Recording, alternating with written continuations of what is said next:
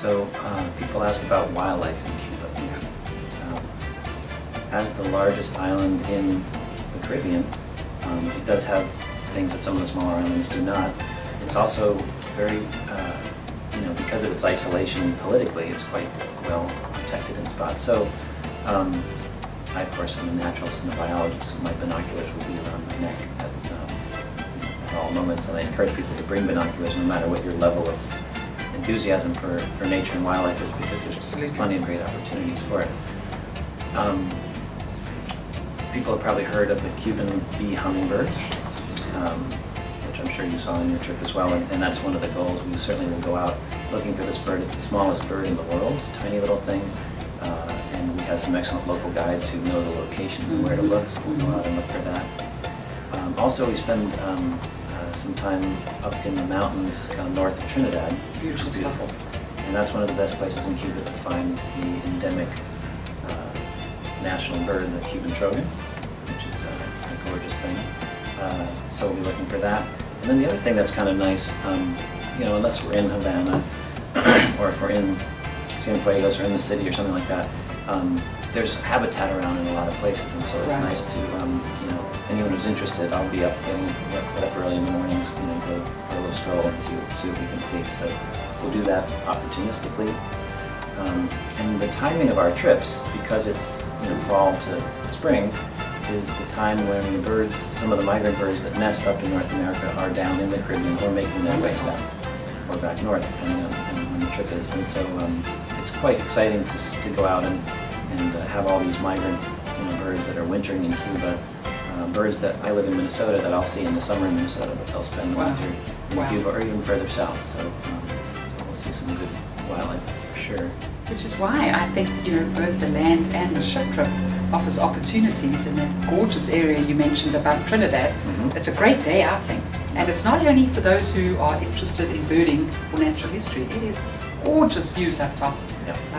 Lots to see and do. There's that lovely family, or the opportunity to go and visit the farm, just 14 kilometers outside of Trinidad.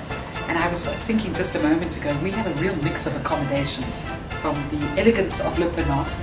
We have the Malia Cueva Hotel, this big 5-star gorgeous property, and then at the end of our ship trip, so that we can take advantage of this beautiful area, we will disembark at Cienfuegos and then make our way to Playa Largo, and that magnificent hotel.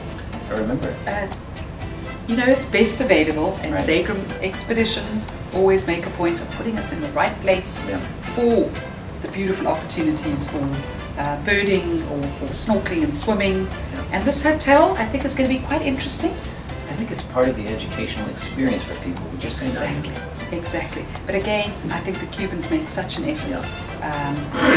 The private paladas, the restaurants, an opportunity to maybe meet with Dr. Frank, the director of the Zapata Swamp.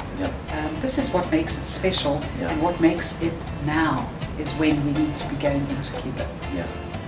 And just a little bit about the Zapata Swamp. This is a huge area of undeveloped wetland that's in the southwest. Home to the endemic Cuban crocodile, which we hope to see. And we have, I think on all of our trips, we have a boat trip scheduled to try and get out some of the waterways in the swamp and look for wildlife.